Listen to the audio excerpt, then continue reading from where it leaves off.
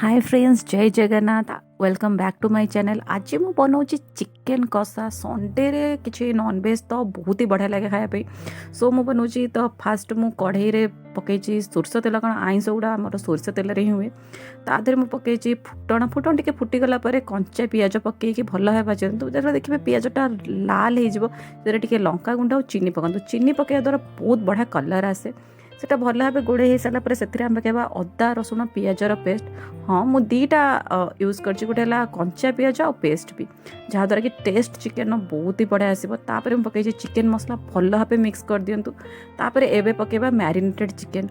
Marinate करने मुझे chicken में लुण हल्दी और सोरष तेल पकईकि अध घंटा में रखी जहाँद्वारा चिकेन टी सफ्ट हो। तापर ताको आड करी मसला रे भल भाव कषि दिंतु। कषिकी ताको छाड़ दिंतु सिझापी। ता भितर बनईदेवा आम टमाटो प्यूरी। टमाटो प्यूरी दरकार टमाटो आउ काजू यूज कर काजू 2-3टा ही यूज कर बेसी नहीं। काजू पकड़ा द्वारा ना गोटे क्रीमी टेक्सचर आसे। सो बढ़िया लगे। तापर ताकू बनई की प्यूरीटा को पकईदेवा। ताको भल भाव गोलई सारापर एबे पकईबा आलू। चिकेन आलू मत बहुत ही बढ़िया लगे। सो आलू मु भाजिक अलरेडी रखी। सो ताकू आड कर भल भाव गोलई सारापर से पकड़ा दही। दही पकड़ा द्वारा कौन हुए ना बहुत बालांस हो जाए, तरकारीटा टोटाल बालांस हो। तो दही पकई भल भाव गोलई देवे, जहाँद्वारा कि जो चिकेन जो गोटे आइंसिया स्मेलटा था ना सेटा भी कमिଯିव। तापर मुझे ये पकई देछि डालचीनी पाउडर, जोटा कि बहुत ही बढ़िया स्मेल दबा। ताको पकई भल भाव गोलांतु और ताको सिझापी देवे। देखिए चिकेन कषार कलरटा देखो बहुत बढ़िया आसी। और टे चेक भी करदे चिकेनटा भल भाव कषि कि ना और सिझी कि ना। ता भितर मु करदे अलैच पेस्ट। अलैच पेस्ट पे मुझे यूज कर ग्राइंडर यूज करनी। मैं शिला बटारे कर शिला बटारे जहाँ भी बाटंतु गोटे टेस्टा बहुत ही बढ़िया आसे।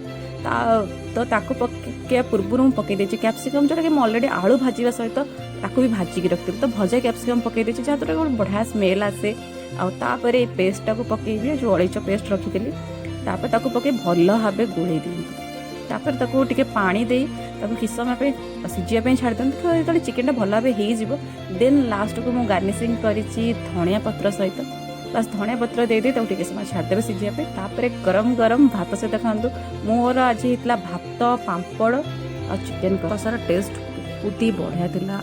मो भात सहित फास्ट चिकेन झोल आलू नहीं खाई, जोटा फ्लेवर बहुत ही बढ़िया थिला। और चिकेनटा बहुत ही टेस्टी होता। जब मो चैनल टी भल लगे प्लीज लाइक शेयर सब्सक्राइब करें कहीं भी भूल। Love you guys.